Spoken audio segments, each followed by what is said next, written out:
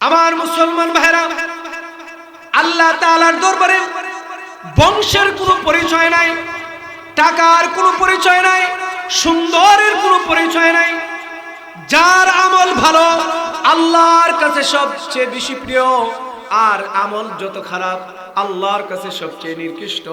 আপনি ভালো বংশের লোক হতে পারেন, আপনার টাকা থাকতে পারেন, সম্পদ থাকতে পারেন, বংশের লোক থাকতে পারেন, কিন্তু আমল নেই, ঈমান নেই, আল্লাহর রাসূলের তরিকা নাই, আল্লাহ রাব্বুল আলামিনের দরবারে আপনার কাছে চাইরানার টাকার দামেরও কোনো দাম নাই, কিন্তু আপনি একজন রিস্কাওয়ালা, একজন ভ্যানওয়ালা, একজন দিনমজুর, আপনার বাড়ি নাই, গাড়ি নাই, কোনো কিছু নাই, কিন্তু আপনার ঈমান এত শক্তিশালী, আল্লাহ ছাড়া কিছু বুঝেন না, ঈমান ইসলাম নিয়ে আপনি চলেন, আল্লাহ তাআলার দরবারে আপনার এত সম্মান, আপনার এত ইজ্জত। আল্লাহ রাসূল সাল্লাল্লাহু আলাইহি ওয়াসাল্লাম বলেন, দুনিয়াতে সব কিছু পেয়েছে, বাড়ি পাইলো, গাড়ি পাইলো, নারী পাইলো, সব কিছু পাইলো, কিন্তু মৃত্যুর সময় আমার উম্মত কলিমা নিয়ে যেতে পারে নাই, তার মতন হতভাগা দুনিয়ার মধ্যে আর কেউ না।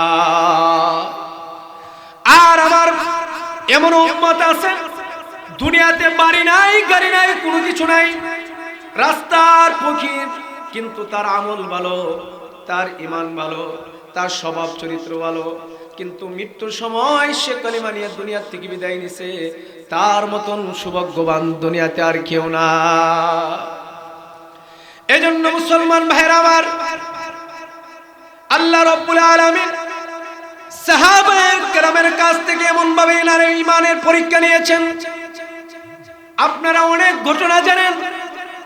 হযরত হাবশী বিলাল এত কালো, তার চেহারা সুন্দর নাই, গোলাম, গোলামের ঘরের গোলাম, তার বাবাও ছিল গোলাম, কিন্তু আল্লাহ তাআলার দরবারে তার এত সম্মান।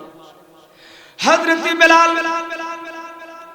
একজন কাফেরের গোলাম ছিল, ইসলাম আনার পরে তাকে এত নির্যাতন করা হয়েছে, তাকে মরুভূমিতে উত্তপ্ত বালুর মধ্যে শোয়া এমন ভাবে তার উপর আঘাত করা হয়েছে।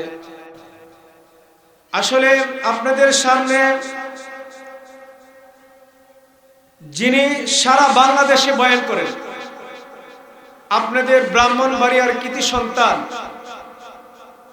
অন্যান্য ডিস্ট্রিক্টে গেলে হাজার হাজার মানুষ হয়। আমাদের সিলেটের অঞ্চলে মুফতি আমজাদ হোসেন আশরাফি সাহেব গেলে আসরের পর হোক, মাগরিবের পর হোক, আলহামদুলিল্লাহ এরকম 2-3টা প্যান্ডেল ভরা যায়। কিন্তু নিয়ামতের কদর করা দরকার। আপনাদের ব্রাহ্মণবাড়িয়ার কৃতি সন্তান শুধু বক্তা নয়, আল্লাহ তাআলা ওনাকে এমন কবুল করেছেন, বর্তমানে উনি একজন জনপ্রতিনিধি, বর্তমান ইউপি চেয়ারম্যান। এই সমস্ত লোক যখন সমাজের দায়িত্বে থাকবে, যে সমাজে আলেম উলামা, যে সমাজে আল্লাহ বিরু খুদা বিরু লোক সমাজের নেতৃত্ব দিবে, এই সমাজে কখনো অন্যায় হতে পারে না, অবিচার হতে পারে না, জুলুম হতে পারে না। এটার প্রমাণ আপনারা ব্রাহ্মণবাড়িয়াবাসী দেখায় দিয়েছেন। এজন্য আমি আপনাদের যারা এখনো বাড়িতে আছেন, শ্বাসতলে বৈশা অযথা সময় নষ্ট করতেছেন, আপনাদেরকে মেহেরবানি করে বলবো, মেহমানের কদর করা আমাদের দায়িত্ব। মেহমানের কদর করা কি আমাদের দায়িত্ব। এজন্য হযরত অত্যন্ত সারগর্ভ সুললিত কণ্ঠে বয়ান করবেন। হযরত রেস্টে আছেন, একটু নাস্তা করতেছেন। এর আগে আমি আপনাদের সামনে বসছি, আমি আপনাদের সামনে মহাগ্রন্থ আল কোরআনের সূরা বাকারার একখানা আয়াতে কারিমা তেলাওয়াত করেছি। মহান রব্বুল আলামিন যদি আমাকে তৌফিক দান করেন, অল্প সময়ের ভিতরে এই আয়াতকে সামনে রেখে কিছু আলোচনা করব। ওমা তৌফিক ইল্লা বিল্লাহ। সম্মানিত হাজিরিন, আমরা সবাই জানি আল্লাহ রাব্বুল আলামিন আমাদেরকে দুনিয়ার মধ্যে পাঠিয়েছেন আল্লাহ তাআলার ইবাদত বন্দেগী করার জন্য। এই পৃথিবীতে আমরা চিরকাল থাকবো না, সবাই একদিন এই পৃথিবী ছেড়ে চলে যেতে হবে। আসুন, আমি যে আয়াতে কারিমা তেলাওয়াত করেছি, এই আয়াতে আল্লাহ রাব্বুল আলামিন আল্লাহ তাআলার বান্দাদেরকে কি বলতে চাচ্ছেন,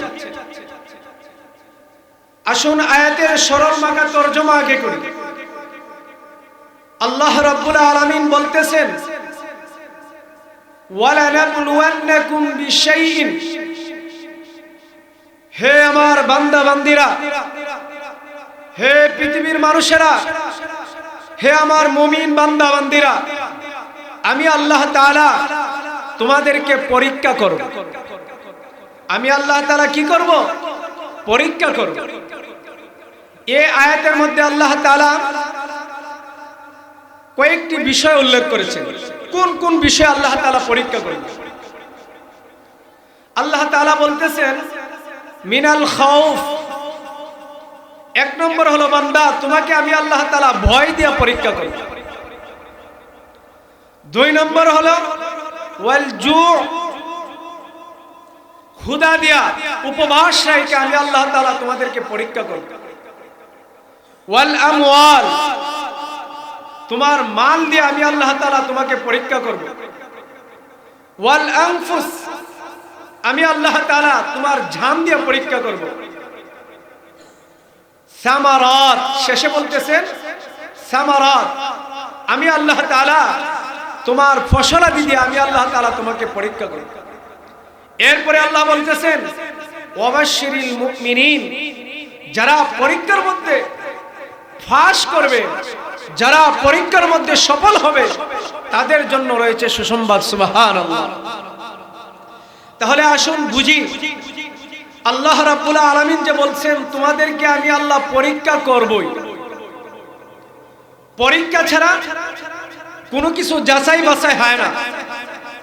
দুনিয়াতে আপনি দেখেন, আপনি আমি যখন বাজারে যাই, যে কোনো জিনিস ক্রয় করতে যাই, আগে পরীক্ষা করি। সাধারণ যখন মাছ কিনতে যাই, তখন আঙ্গুল দিয়ে আমরা চাপ দিই, এ মাছ কি শক্ত না নরম, অর্থাৎ এটা একটা পরীক্ষা, মাছটা কি জেতা আছে না মরে গেছে, শক্ত না নরম। এভাবে যত পণ্য আমরা ক্রয় করি, প্রত্যেকটা জিনিসই আমরা পরীক্ষা করি। এইভাবে দুনিয়াতে মাদ্রাসা, স্কুল, কলেজ, ভার্সিটি যে সমস্ত ছাত্র ছাত্রীরা পড়ে, তাদেরকে আল্লাহ তাআলা যে পড়ালেখার যে নিয়ম, প্রতিষ্ঠানের নিয়ম অনুযায়ী প্রতিষ্ঠানের পরিচালক বৃন্দ তাদেরকে পরীক্ষা করে, পরীক্ষার মাধ্যমে যাচাই বাছাই করে কোন ছাত্র তার মেধা কতটুকু। পরীক্ষা শুধু আল্লাহ তাআলা আমাদেরকে করে নাই, হযরত আদম আলাইহিস সালাতু ওয়াস সালাম থেকে নিয়ে নবী মুহাম্মদুর রাসূলুল্লাহ সাল্লাল্লাহু আলাইহি ওয়াসাল্লাম পর্যন্ত যত নবী রাসূল পয়গম্বর আল্লাহ তাআলা এই পৃথিবীর জমিনে প্রেরণ করেছেন, প্রত্যেক নবী রাসূলের কাছ থেকে আল্লাহ তাআলা ঈমানের পরীক্ষা নিয়েছেন। সাহাবায়ে কেরাম ঈমানের পরীক্ষা দিয়েছেন। তারই ধারাবাহিকতায় আজ পর্যন্ত যত মুমিন মুসলমান দুনিয়াতে আসছে, চলে গেছে, কিয়ামত পর্যন্ত আসবে, যারা মুমিন দাবি করবে, প্রত্যেকটা মুমিন মুসলমান তার ঈমানের পরীক্ষা দিতেই হবে। পরীক্ষা ছাড়া কোনো ছাড় নাই। আপনি ঈমানদার, আপনার আমল যতটুকুই হোক না কেন, পরীক্ষা আপনাকে দিতেই হবে, পরীক্ষা দিতেই হবে। হযরত আদম আলাইহিস সালাতু ওয়াস সালাম পরীক্ষা দিয়েছেন, হযরত জাকারিয়া আলাইহিস সালাতু ওয়াস সালাম পরীক্ষা দিয়েছেন, হযরত মূসা আলাইহিস সালাতু ওয়াস সালাম পরীক্ষা দিয়েছেন, হযরত ইব্রাহিম আলাইহিস সালাতু ওয়াস সালাম পরীক্ষা দিয়েছেন, হযরত আইয়ুব আলাইহিস সালাতু ওয়াস সালাম পরীক্ষা দিয়েছেন। প্রত্যেক নবী রাসূল ঈমানের পরীক্ষা দিয়েছেন। তবে নবী রাসূলের পরীক্ষা আর আমরা সাধারণ মুমিন মুসলমানের পরীক্ষা আকাশ পাতাল ব্যবধান। আল্লাহ রাব্বুল আলামিন নবী রাসূলের কাছ থেকে যে ঈমানের পরীক্ষা নিয়েছেন, কোন নবীর কোনো গুনাহ নাই, মাসুম বেগুনা নিষ্পাপ। আল্লাহ রাব্বুল আলামিন হযরত ইব্রাহিম আলাইহিস সালাতু ওয়াস সালামের কাছ থেকে ঈমানের পরীক্ষা নিয়েছেন। হযরত ইব্রাহিম আলাইহিস সালাতু ওয়াস সালাম আল্লাহ রাব্বুল আলামিন পরীক্ষা নেওয়ার পরে হযরত ইব্রাহিম আলাইহিস সালাতু ওয়াস সালাম সেই পরীক্ষার মধ্যে পাশ করেছেন, সেই পরীক্ষার মধ্যে উত্তীর্ণ হয়েছে। আল্লাহ রাব্বুল আলামিন হযরত ইব্রাহিম আলাইহিস সালাতু ওয়াস সালামকে আল্লাহ তাআলার বন্ধু বানায় নিয়ে গেছেন। এইভাবে আমার মুসলমান ভাইরা, যত নবী রাসূল দুনিয়ার মধ্যে আসছেন, প্রত্যেকের ঈমানের পরীক্ষা নিয়েছেন। তাদের তো কোনো গুনাহ নাই, তাদের তো কোনো পাপ নাই, তাদের কাছ থেকে আল্লাহ তাআলা কেন ঈমানের পরীক্ষা নিলেন? মুফাসসিরিনে কেরাম বলেন, আল্লাহ রাব্বুল আলামিন সমস্ত নবীদের কাছ থেকে ঈমানের পরীক্ষা নিয়া আল্লাহ তাআলা সমস্ত নবীদের শান মান আল্লাহ তাআলা বাড়াইয়া দিয়েছেন। সুবহানাল্লাহ। আরে মুমিন মুসলমান, তোমাদের কাছ থেকে যে আল্লাহ রাব্বুল আলামিন ঈমানের পরীক্ষা নেবেন, তুমি মানুষ, তুমি নবী রাসূলের মতন না নিষ্পাপ। দুনিয়াতে তোমার গুনাহ হবে, তোমার পাপ হবে, তোমার অনেক অন্যায় অবিচার হবে। যখন তুমি পরীক্ষার মধ্যে পড়বে, আর পরীক্ষার মধ্যে পড়ে যখন তুমি সবর করবে, তুমি যখন ধৈর্য ধারণ করবে, আল্লাহ রাব্বুল আলামিন এই পরীক্ষার মাধ্যমে আল্লাহ তাআলা তোমার জিন্দেগীর সমস্ত গুনাহটা মাফ করে দিবে। আমার মুসলমান ভাইরা, সাহাবায়ে কেরাম ঈমানের পরীক্ষা এমন ভাবে দিয়েছেন, এই জন্য আল্লাহ রাব্বুল আলামিন সাহাবায়ে কেরামের প্রতি এমন রাজি খুশি হয়ে গেছেন। সাহাবায়ে কেরাম দুনিয়াতে জান্নাতের সুঘ্রাণ পেয়েছেন, সাকরাত অবস্থায় জান্নাত দেখে দেখে দুনিয়ার থেকে বিদায় নিছেন। সাহাবায়ে কেরামের ঈমানের মতন যদি আমরাও ঈমান আনতে পারি, আল্লাহ রাব্বুল আলামিন বলেন, বান্দা তোমরা যদি আমার সাহাবায়ে কেরামের মতন ঈমান আনতে পারো, আমি আল্লাহ রাব্বুল আলামিন যেইভাবে সাহাবায়ে কেরামদেরকে দুনিয়াতে সম্মান দিয়েছি, আখিরাতে সম্মান দিয়েছি, এইভাবে তোমাদেরকেও আমি আল্লাহ সেই সম্মানের ভাগীদার বানায়া দেব। আমার মুসলমান ভাইরা, আল্লাহ তাআলার দরবারে বংশের কোনো পরিচয় নাই, টাকার কোনো পরিচয় নাই, সুন্দরের কোনো পরিচয় নাই। যার আমল ভালো আল্লাহর কাছে সবচেয়ে বেশি প্রিয়, আর আমল যত খারাপ আল্লাহর কাছে সবচেয়ে নিকৃষ্ট। আপনি ভালো বংশের লোক হতে পারেন, আপনার টাকা থাকতে পারেন, সম্পদ থাকতে পারেন, বংশের লোক থাকতে পারেন, কিন্তু আমল নেই, ঈমান নেই, আল্লাহর রাসূলের তরিকা নাই, আল্লাহ রাব্বুল আলামিনের দরবারে আপনার কাছে চাইরানার টাকার দামেরও কোনো দাম নাই। কিন্তু আপনি একজন রিস্কাওয়ালা, একজন ভ্যানওয়ালা, একজন দিনমজুর, আপনার বাড়ি নাই, গাড়ি নাই, কোনো কিছু নাই, কিন্তু আপনার ঈমান এত শক্তিশালী, আল্লাহ ছাড়া কিছু বুঝেন না, ঈমান ইসলাম নিয়ে আপনি চলেন, আল্লাহ তাআলার দরবারে আপনার এত সম্মান, আপনার এত ইজ্জত। আল্লাহ রাসূল সাল্লাল্লাহু আলাইহি ওয়াসাল্লাম বলেন, দুনিয়াতে সব কিছু পেয়েছে, বাড়ি পাইলো, গাড়ি পাইলো, নারী পাইলো, সব কিছু পাইলো, কিন্তু মৃত্যুর সময় আমার উম্মত কলিমা নিয়ে যেতে পারে নাই, তার মতন হতভাগা দুনিয়ার মধ্যে আর কেউ না। আর আমার এমন উম্মত আছে, দুনিয়াতে বাড়ি নাই, গাড়ি নাই, কোনো কিছু নাই, রাস্তার ফকির, কিন্তু তার আমল ভালো, তার ঈমান ভালো, তার স্বভাব চরিত্র ভালো, কিন্তু মৃত্যুর সময় সে কলিমা নিয়ে দুনিয়ার থেকে বিদায় নিছে, তার মতন সৌভাগ্যবান দুনিয়াতে আর কেউ না। এজন্য মুসলমান ভাইরা আমার, আল্লাহ রাব্বুল আলামিন সাহাবায়ে কেরামের কাছ থেকে এমন ভাবে ঈমানের পরীক্ষা নিয়েছেন। আপনারা অনেক ঘটনা জানেন। হযরত হাবশী বিলাল এত কালো, তার চেহারা সুন্দর নাই, গোলাম, গোলামের ঘরের গোলাম, তার বাবাও ছিল গোলাম, কিন্তু আল্লাহ তাআলার দরবারে তার এত সম্মান। হযরত বিলাল একজন কাফেরের গোলাম ছিল, ইসলাম আনার পরে তাকে এত নির্যাতন করা হয়েছে, তাকে মরুভূমিতে উত্তপ্ত বালুর মধ্যে শোয়া এমন ভাবে তার উপর আঘাত করা হয়েছে, আহাদ আহাদ বলতে বলতে দুনিয়া থেকে বিদায় নিছে। আল্লাহ রাসূল সাল্লাল্লাহু আলাইহি ওয়াসাল্লাম বলেন, আমার বিলালকে আমি যখন আল্লাহ রাব্বুল আলামিন আমাকে মেরাজে নিয়ে গিয়েছিলেন, আমি যখন জান্নাতের ভিতরে প্রবেশ করলাম, দেখি আমার সামনে জুতার আওয়াজ শোনা যায়। আমি জিব্রাইলকে প্রশ্ন করলাম, ভাই জিব্রাইল, আমার আগে তো আর কেউ জান্নাতে প্রবেশ করে নাই, কার আওয়াজ শোনা যাচ্ছে? জিব্রাইল আলাইহিস সালাতু ওয়াস সালাম বললেন, এগো পয়গম্বর, আপনার সাহাবী হযরত বেলাল, বেলালের ঈমান আল্লাহর কাছে তো পছন্দ হয়েছে, বেলালের কষ্ট আল্লাহর কাছে তো পছন্দ হয়েছে। বেলাল ধনী ছিল না, বেলাল টাকার মালিক ছিল না, বেলালের কোনো কিছু ছিল না, বেলাল একজন গোলাম ছিল। বেলালকে যতই মারে, আহাদ আহাদ বলে মারতে মারতে বেহুশ করে ফেলে দেয়, তারপরও ঈমান ছেড়ে নাই। বলে, আমি যে ঈমান আনছি, আমি যে মুহাম্মদকে নবী মানছি, হে আমার মালিক, তুমি আমাকে মারতে পারো, কাটতে পারো, তারপরও এক সেকেন্ডের জন্য আমি ঈমান ছাড়ব না।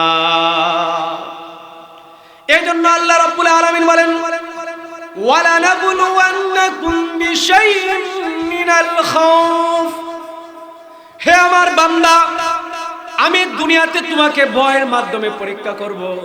তুমি সত্য পথে চলবা, সঠিক পথে চলবা, তোমার উপর অনেক নির্যাতন আসবে, অনেক বিপদ আসবে, অনেক অত্যাচার আসবে, অনেক জুলুম আসবে, তারপরে তুমি সত্যের পথ ত্যাগ করবা না, অন্যায়ের পথে যাইবা না,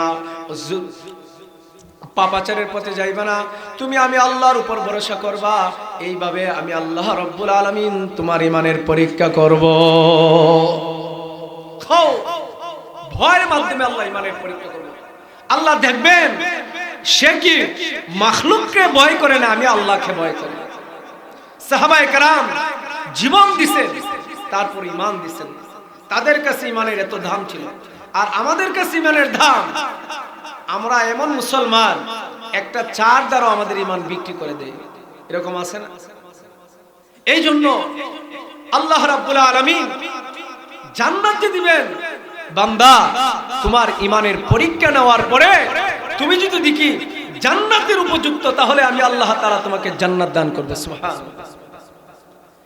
আমার মুসলমান ভাইরা, এইভাবে আল্লাহ রাব্বুল আলামিন জুলুম নির্যাতনের মাধ্যমে সাহাবায়ে কেরাম ঈমান আনার পরে অনেক জুলুম সহ্য করেছেন, নিজের সন্তানকে এতিম করেছেন, বউকে বিধবা করেছেন, বাড়ি ছাড়ছে, দেশ ছাড়ছে, তারপরে ঈমান ছাড়ে নাই।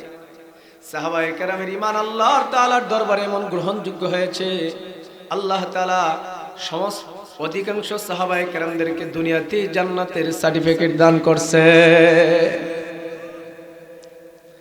এই জন্য হে মুমিন মুসলমান, আমাদের ঈমান ওই রকম শক্ত করতে হবে। দুনিয়াতে যত জুলুম নির্যাতন আসুক, দুনিয়াতে যত অন্যায় অবিচার আমার উপর করা হোক, আমার আল্লাহর পথ আমি ছাড়বো না, ইসলামের পথ আমি ছাড়বো না, আমি সব সময় ইসলামের উপর থাকবো। সমস্ত নবী রাসূলদেরকে এইভাবে নির্যাতন করা হয়েছে।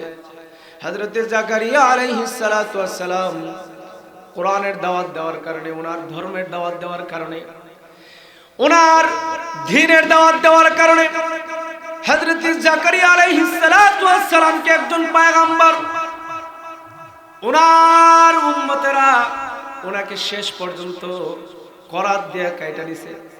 তারপরও আল্লাহর রাস্তা ছাড়ে নাই, আল্লাহর দ্বীন ছাড়ে নাই। এটা হলো ঈমানের পরীক্ষা।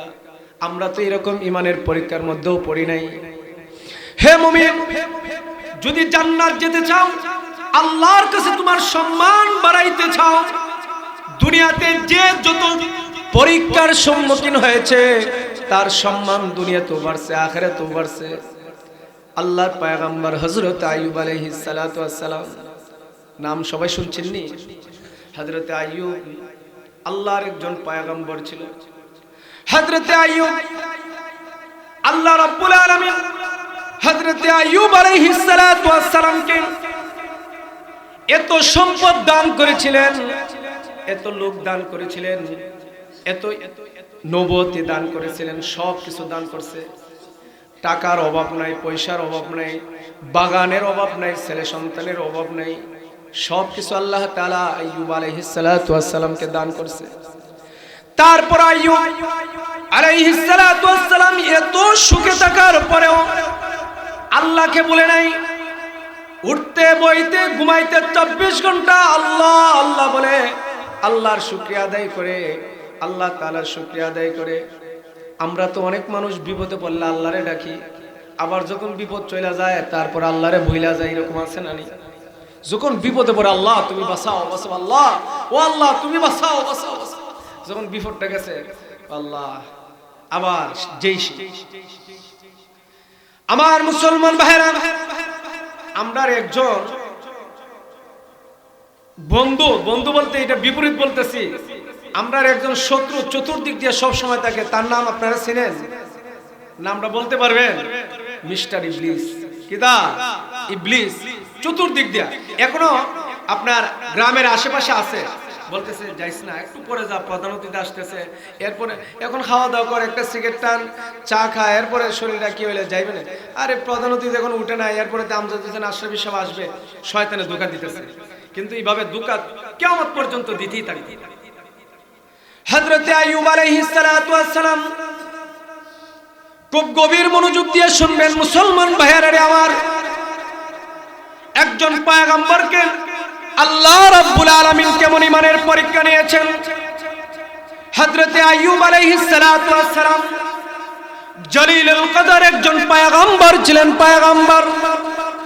ওনার সম্পদের অভাব ছিল না, ওনার বাড়ি গাড়ির অভাব ছিল না, কোনো কিছুর অভাব ছিল না। এই সম্পদ নবুয়তি পাওয়ার পরও সব সময় আল্লাহ আল্লাহ আল্লাহ আল্লাহ আল্লাহ বলতে থাকে, আল্লাহর দ্বীনের দাওয়াত দিতেছে। মিস্টার ইবলিসের সহ্য হইতেছে না। কি হইতেছে না? সমাজে দেখবেন কিছু লোক, আপনি যখন ভালো কাজ করবেন, শয়তানের চাচাতো ভাই আমাদের সমাজে কিছু লোক বসবাস করে, তাদেরও ভালো লাগে না। আছে না এরকম? আপনাদের এলাকায় না, আমাদের এলাকায় আছে। যদি নামাজ পড়ে বাপ বাড়ি তাদি যে বড় ইমানদার হয়েছে, এখন 5 ওয়াক্ত নামাজ পড়ে, হ্যাঁ দাঁড়িয়ে মা, আমরা সিলেটি ভাষা বুঝিনি আপনারা? দেখো না, এদিন দাঁড়িয়ে রেখে কাকরাইল মসজিদের ইমাম সাহেব হয়ে গেছে। এটা হলো শয়তানের চাচাতো ভাই। এরা দূর দূর থেকে টিটকারি করবো, শয়তান তো সরাসরি ধোঁকা দিতে পারে না, তাদেরকে লেলাইয়ে দিব যে এই কাজটা কর। হযরত আইয়ুব আলাইহিস সালাতু ওয়াস সালাম নবুয়তির কাজ করতেছেন, সব কিছু করতেছেন, শয়তানের ভালো লাগতেছে না। শয়তান আল্লাহ তাআলাকে বলতেছে, আল্লাহ ও আল্লাহ, আমি জানতে চাই আপনার পয়গম্বর আইয়ুবকে যে আপনি সম্পদ দান করেছেন, আপনি যে নবুয়তি দান করেছেন, আপনি যে বিশাল সম্পত্তি দিবেন এবং ছেলে সন্তান দান করছেন, এই লুবে পয়রা আপনারে সব সময় ডাকে। শয়তান আল্লাহরে কইতেছে। আল্লাহ বলতেছে, হে শয়তান, আমার আইয়ুব সম্পদের লোভে পড়ে, ছেলে সন্তানের লোভে পড়ে, নবুয়তির লোভে পড়ে আমাকে ডাকে নাই। আইয়ুবের কাছ থেকে যদি আমি সম্পদ ছিনিয়ে নিই, ছেলে সন্তান নিয়ে নেই, নবুয়তিও যদি আমি নিয়ে নেই, আইয়ুব আমি আল্লাহকে বলবে না। শয়তান চ্যালেঞ্জ করলো, হে আল্লাহ, তুমি আমাকে ক্ষমতা দাও, আমাকে সুযোগ দাও, আমি তোমার আইয়ুবের পরীক্ষা করতে চাই, ইমানের পরীক্ষা করতে চাই।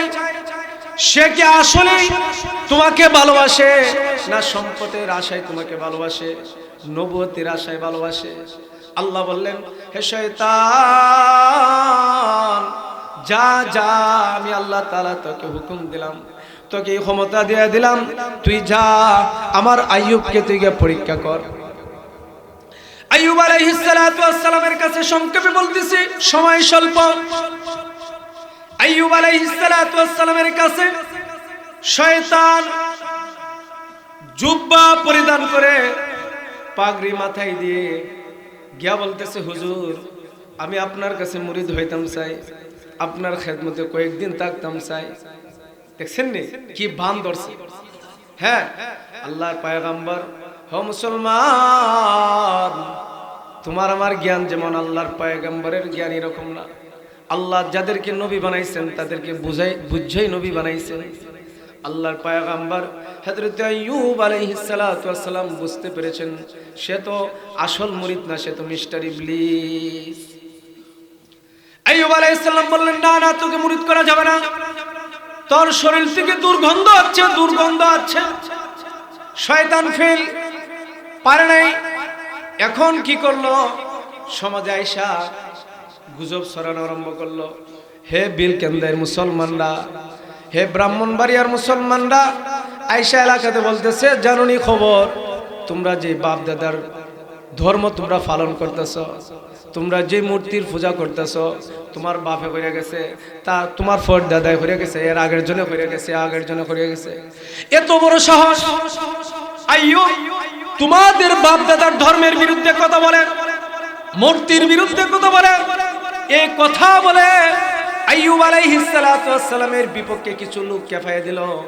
তারপর শয়তান সাকসেসফুল হয় না। আইয়ুব আলাইহিস সালাম দ্বীনের দাওয়াত দিতেছেন, মানুষ আইয়ুব আলাইহিস সালাতু ওয়াস সালামের কাছে যাইতেছে, দিন দিন যাইতেছে। শয়তান তো ক্ষমতা নিয়ে আইছে, আইয়ুবকে আমি পরীক্ষা করে ছাড়বো। আইয়ুব কি আল্লাহকে ভালোবাসে না তার নবুয়তকে ভালোবাসে, না তার সম্পদকে ভালোবাসে, না তার সন্তানকে ভালোবাসে। আইয়ুব আলাইহিস সালাতু ওয়াস সালামের বিশাল বড় এক গুডাউন ছিল, মালের গুদাম ছিল। শয়তান কি করলো? গিয়া ওই গুডাউনের মধ্যে আগুন লাগাইয়া দিল।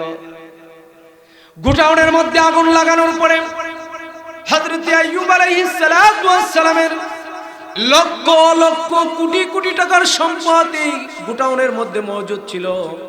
আগুন লাগানোর সাথে সাথে সেগুলো পুরো চারকার হয়ে গেল। ম্যানেজার কর্মচারীরা আসছে, আয়েশা বলতেছে, হুজুর দোকানে আগুন লাগা, গুডাউনে আগুন লাগা, তো সব পুরা চারকার হয়ে গেছে। আইয়ুব আলাইহিস সালাতু ওয়াস সালাম প্রথমেই বলছেন আলহামদুলিল্লাহ, আল্লাহু আকবার। আইয়ুব আলাইহিস সালাতু ওয়াস সালাম বললেন, হে আমার কর্মচারীরা, আল্লাহ সম্পদ দিয়েছে, আল্লাহ তাআলা নিয়ে গেছে, কোনো অসুবিধা নাই। যে আল্লাহ দিতে পারে সে আল্লাহ নিতে পারে, আবার যে আল্লাহ নিতে পারে আল্লাহ দিতেও পারে। কর্মচারীর বাপ বাইরে এত হাজার হাজার কোটি কোটি টাকার সম্পদ পুরা সারকার হয়ে গেছে। আইয়ুব আলাইহিস সালাতু ওয়াস সালাম তো মুখের মধ্যে খালি খুশি আর খুশি, আলহামদুলিল্লাহ বলতেছে।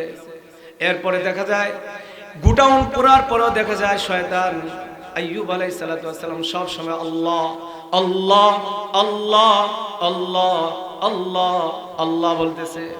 শয়তানের তো আর ঘুম নাই, কোনো মতে আইয়ুব আলাইহিস সালাতু ওয়াস সালামের ঈমানের পরীক্ষা করতেই হবে। আমার মুসলমান ভাইরা, এরপরে অনেক লম্বা ঘটনা। শয়তান দূর থেকে কি করলো?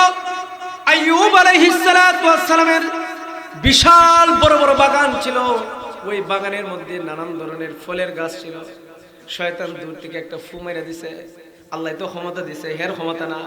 আল্লাহ কয়, যা তুই আমার আইয়ুবকে পরীক্ষা কর, দেখি আমার আইয়ুব পরীক্ষার মধ্যে পাস করে কিনা। সে দূর থেকে যখন ফু দিল, দেখা যায় প্রত্যেকটা গাছের ফল আপনার গাছের পাতা সহ লাল হইয়া জমিনের মধ্যে পড়ে যাইতেছে, গাছ মরে যাইতেছে। কারণটা কি? সবাই গিয়া হযরত আইয়ুব আলাইহিস সালাতু ওয়াস সালামকে বলতেছে, হুজুর আপনার গুডাউন তো ফুললো, এটার সময় আলহামদুলিল্লাহ বলছেন, এখন তো আপনার বাগান শেষ। প্রত্যেকটা বাগান পুরো সারকার হয়ে গেছে। হযরত আইয়ুব আলাইহিস সালাতু ওয়াস সালাম বললেন, আলহামদুলিল্লাহ, যে আল্লাহ তাআলা এই বাগানের মধ্যে ফল দিতে পারেন সে আল্লাহ নিলে আমার কোনো অসুবিধা নাই। আল্লাহ ইচ্ছা করলে আবার আমাকে এই বাগানের মালিক বানাইতে পারে। ঈমান কত বড় শক্তিশালী দেখছেন? আমরার ঈমানও তো এরকমই নাকি? আল্লাহু আকবার। মুসলমান ভাইরা, বাগান পুরার পরেও, বাগান নষ্ট করার পর আইয়ুব আলাইহিস সালাতু ওয়াস সালাম আল্লাহ আল্লাহ আল্লাহ আল্লাহ, কিন্তু শয়তানের তো ঘুমে ধরতেছে না, কোনো মতেই পারতেছি না, কি করা যায়? আবার কি করলো? হযরত আইয়ুব আলাইহিস সালাতু ওয়াস সালামের বিশাল বড় দুম্বা, ভেড়া, বকরি ধরনের বড় বিশাল পাল ছিল, ওই পালগুলোকে নষ্ট করে দিল। এইভাবে আবার ফু দিল, সমস্ত জিনিসগুলো নষ্ট হয়ে গেল। আইয়ুব আলাইহিস সালাতু ওয়াস সালাম তারপরে বলে আলহামদুলিল্লাহ, শয়তান পারতেছে না, এখন কি করব। এখন গেল বাড়িতে যাইয়া যখন দেখলো বন্ধ পারে না, তারপরে গেছে বাড়িতে যাই কি করলো, হযরত আইয়ুব আলাইহিস সালাতু ওয়াস সালামকে আল্লাহ তাআলা 14 জন সন্তান দান করেছিলেন। তারা এক ঘরের মধ্যে বসে কোরআন তেলাওয়াত করত, আল্লাহর দ্বীন প্রচার করত, তাদেরকেও ধ্বংস করে দিল। যাই হোক, হযরত আইয়ুব আলাইহিস সালাতু ওয়াস সালামকে এইভাবে ঈমানের পরীক্ষা, অনেক লম্বা ঘটনা হুজুর আয়েশা পড়ছেন। ইনশাআল্লাহ ভবিষ্যতে যদি সুযোগ হয়, ইনশাআল্লাহ আমি আপনাদের সামনে বিস্তারিত ঘটনাগুলো বলবো। আল্লাহ তাআলা যেন তৌফিক দান করেন, এই মাহফিলকে কবুল করেন। আমিন। ওয়া আখিরু দাওয়ানা আনিল হামদুলিল্লাহি রাব্বিল আলামিন।